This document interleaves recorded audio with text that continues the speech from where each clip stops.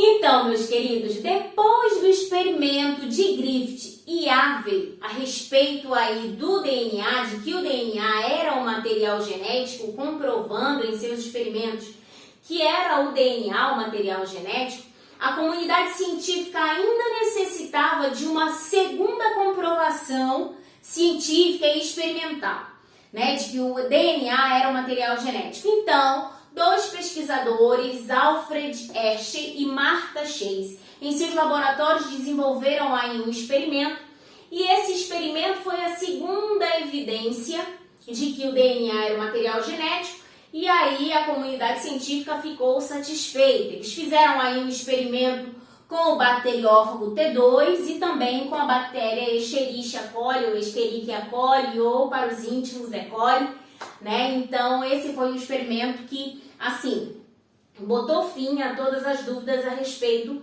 de quem era o material genético. Ok, queridos? Então na aula de hoje eu vou estar falando aí sobre esse experimento.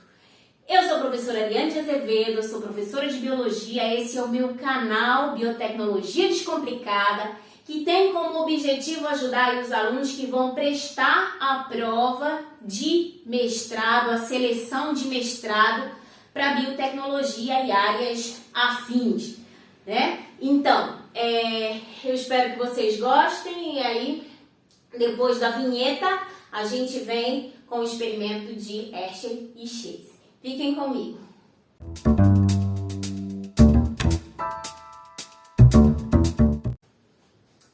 Então, meus queridos, o experimento realizado por Hershey e Chase foi um experimento com o bacteriófago T2 e com a E. coli. Então, como foi que eles desenvolveram? O experimento teve duas etapas. A primeira etapa foi a marcação do bacteriófago e aí a segunda etapa foi a comprovação. Então, aqui eu escrevi mais ou menos, fiz esse esqueminha, explicando como foi que o bacteriófago foi marcado. Eles usaram aí isótopos, né, tanto de fósforo quanto de enxofre, e a gente vai falar sobre isso. Vamos só fazer aí um flashback do que eu acredito que vocês já sabem, como que é a reprodução, né, como que os bacteriófagos eles se reproduzem utilizando, claro, bacteriófago, as bactérias, né? Então vamos só aí fazer um flashback. Os bacteriófagos eles fazem o que lá com as bactérias para a sua reprodução? Eles, para infectar uma bactéria, primeiro, como é a estrutura de um bacteriófago? A estrutura proteica, toda essa carcassinha, toda essa armadura, ela é proteica e o ácido nucleico, o material genético, está aqui dentro, né? No caso do T2 era o DNA, né? Existem aí vírus que a gente sabe que são vírus de RNA, mas não é esse o caso, tá? Então, o bacteriófagozinho, ele vai fazer o quê? Ele vem e ele vai acoplar aqui. Eu acho muito interessante, principalmente o bacteriófago. Parece aquelas sondas, né, espaciais, assim, viagem da minha cabeça, mas eu acho muito parecido. Que ele vai, sabe, e vai voando, né, e se acopla aqui na parede bacteriana. Então, quando ele se acopla aqui na parede bacteriana, o que ele faz? Ele libera o material genético para dentro da célula. E aí esse material genético do bacteriófago é que vai reprogramar tudo ali dentro da célula infectada em prol da sua reprodução. Isso aí eu entendo que você já sabe, hein? Então vamos lá. Aí o que acontece? Que sabendo como era o processo, eles não sabiam, Martha Chase e o Alfred, eles não sabiam como era que acontecia dentro, mas eles sabiam que o bacteriófago ia e acoplava lá na parede bacteriana, ok? Até aí. Beleza. Sabendo disso aqui, basicamente, da parte interessante, do que eles precisavam saber até a época, do que eles precisavam saber, eles sabiam para fazer o experimento mais adiante. Então, como foi que eles fizeram, como foi a ideia e como foi que eles foram aí desenrolando o experimento. Então, a primeira parte do experimento, eles pensaram, vamos rastrear o destino das proteínas e do DNA com formas radioativas de fósforo e enxofre. Bebê, quem é que tem fósforo aí na sua estrutura? Quem tem fósforo na estrutura é o DNA. Então, DNA tem fósforo e a proteína tem o enxofre, né? Então, o que eles fizeram? Eles pegaram esses tipos radioativos, eles marcaram. Por quê? Porque era fácil de identificação. Eles fizeram isso, usaram esses isótopos desses dois compostos, né? Desses dois elementos, usaram isótopos. Por quê? Porque depois era de fácil identificação. Então, vamos lá. Biologicamente, o que foi que aconteceu aí no experimento? Primeiro, eles colocaram as bactérias normaisinhas lá, a E. coli, para no meio de cultura, ou no meio de cultivo, no meio de cultura, que era rico em fósforo 32, ou seja, em fósforo radioativo.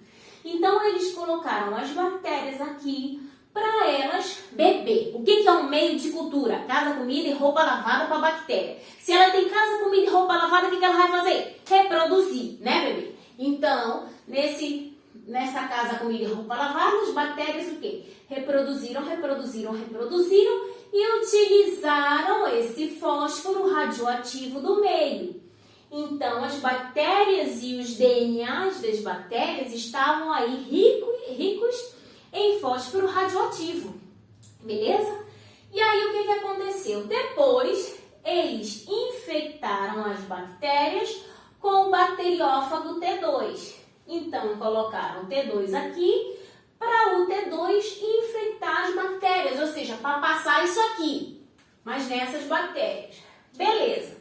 Depois, o resultado disso foi que todos os fagos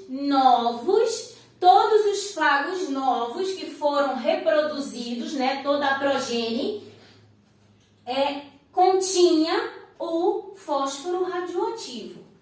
Bebê, lembrando lá da reprodução, o que acontece Vamos lembrar aqui do ciclo lítico. O que acontece lá no ciclo lítico?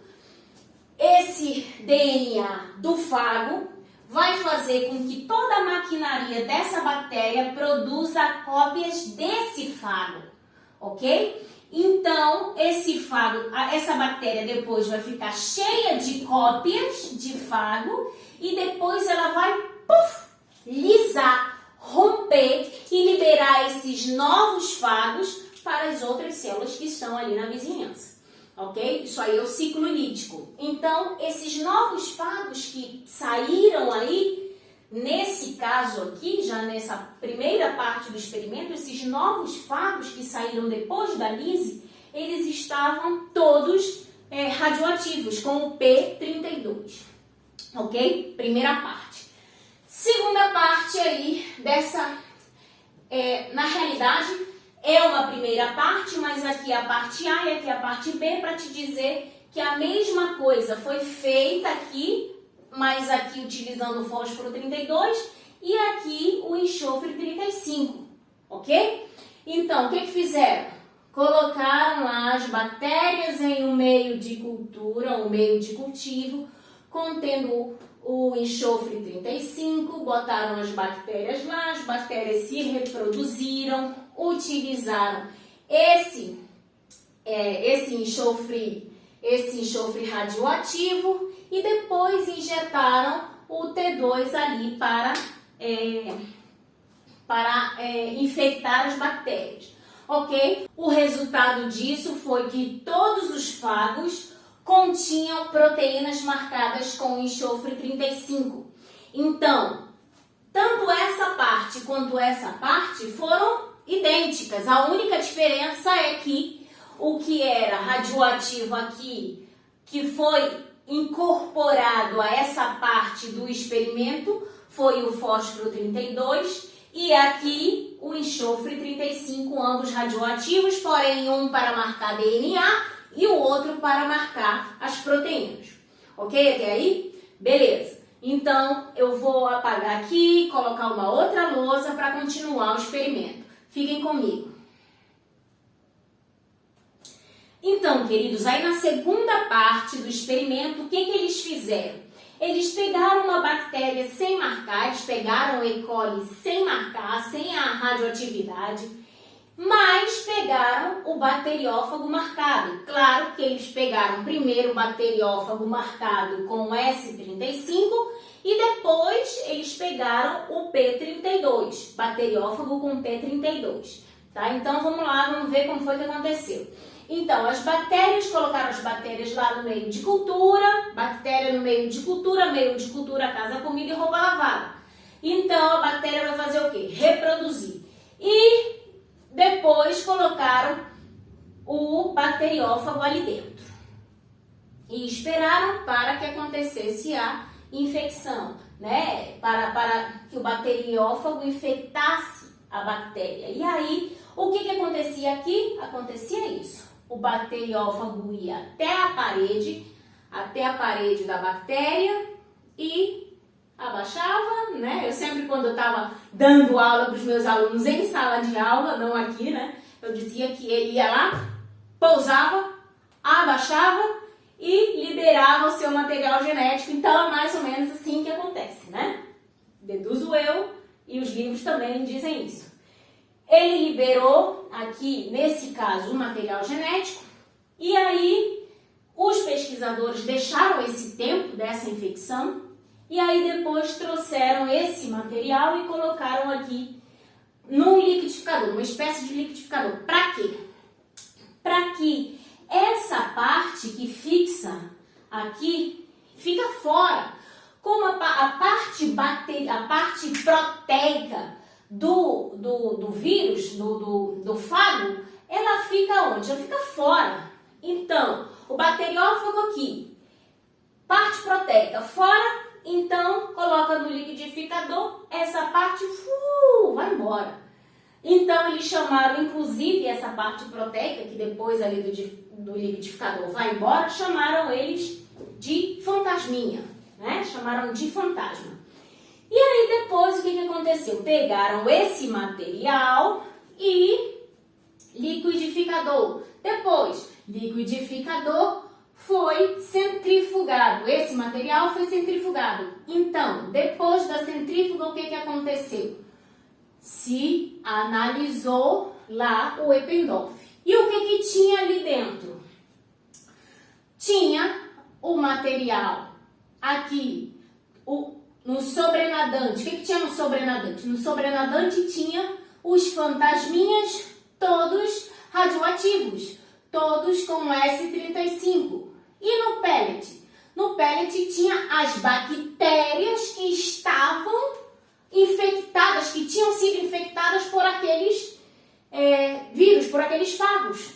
Então, o que acontecia? O que estava acontecendo aqui com essas bactérias? Estava acontecendo a reprodução do fago. A reprodução que aquele DNA foi e usou toda a maquinaria da célula. Aqui a gente já sabe, né? Já sabe. Mas nessa época não se sabia.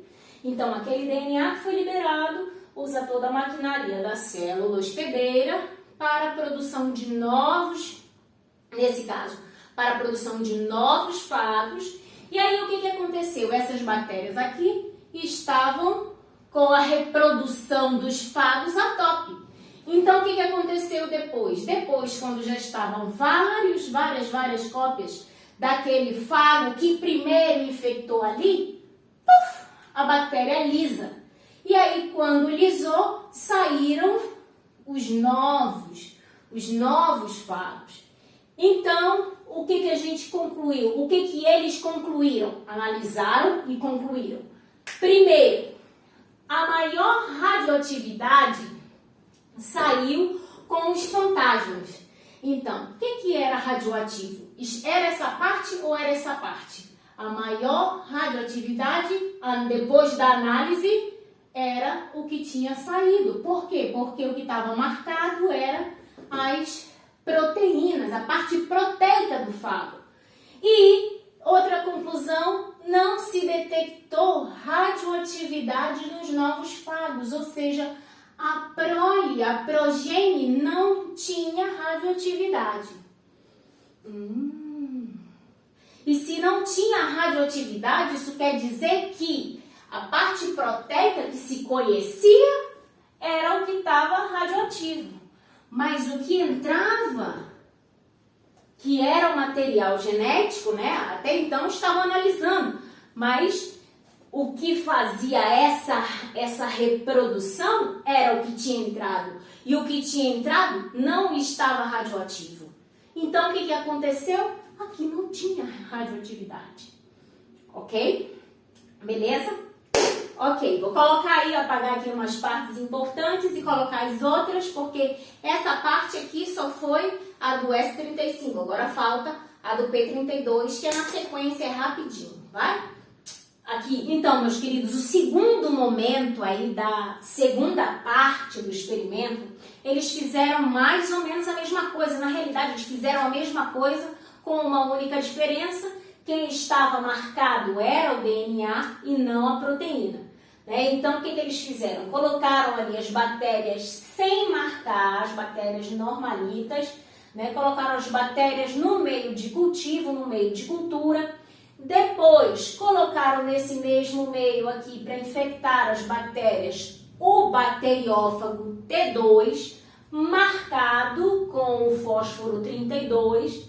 E aí, o que aconteceu ali? O fago foi, acoplou lá a sua estrutura na parede da bactéria, liberou o seu material genético e aí os pesquisadores deixaram com que isso acontecesse e depois colocaram lá no liquidificador aquele material. Né? E aí, o que acontece lá no liquidificador? Aquela parte proteica voa, né, bebê? Aquela parte proteica sai dali, daquela estrutura, daquele meio, se separa a bactéria da parte proteica do fago. E aí depois o que aconteceu? Eles centrifugaram esse material para separar ainda mais o que era bactéria e o que era a parte proteica do fago. E aí o que aconteceu? As conclusões aqui. As bactérias contidas no pellet, essas bactérias aqui, ainda continuavam radioativas depois da liberação dos fantasmas. Então, lembrando, os fantasmas eram aquela parte proteica do vírus. Então, depois que se liberou, as bactérias ainda continuavam radioativas. E a parte do pellet, que era a parte que estava só a carcaça do vírus, a armadura do vírus, não era radioativa, não estava marcada, mas as bactérias sim ainda continuavam radioativas. E aí depois essas bactérias que foram infectadas pelo vírus, pelo fago, né, nesse primeiro momento, então essas bactérias elas estavam infectadas. Então, se as bactérias estavam infectadas por aquele vírus, elas estavam o quê? Sendo escravinha do vírus para produzir mais cópias do vírus. Até aí, beleza, né? Então, o que aconteceu depois? As bactérias fizeram ali o seu trabalho e os vírus reproduziram aqui dentro, né? O trabalho, na realidade, foi feito aí, o vírus usando toda a maquinaria da bactéria para fazer cópias de si mesma, né? Então, vírus, bactéria abarrotada de vírus, puf, explode, né? Lisa. E aí aparecem os novos fagos. E o que tinha nesses novos fagos? Os novos fagos tinham a radioatividade, estavam marcados lá no seu material genético. O material genético dos fagos, aquilo que estava dentro dos fagos, que estava marcado com o P32, era uma marcação, estava radioativo.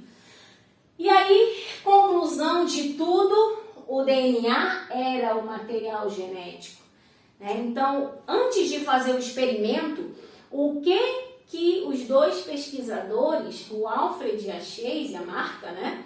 O que eles tinham aí na sua cabeça, o que eles sabiam? Que os vírus, os fagos que eram liberados aqui, tinham a mesma característica dos fagos de infecção. Opa! Tem uma característica do fago de infecção? Então, o fago de infecção era o pai e os vírus, a prole, a progenie, né? Então, foi por aí, com essa observação, que eles começaram e fizeram aí, organizaram todo esse trabalho e desenvolveram esse trabalho. E esse trabalho foi o segundo trabalho aí para calar a comunidade científica, que até então não estava muito satisfeita lá com o experimento de Griffith e Abel.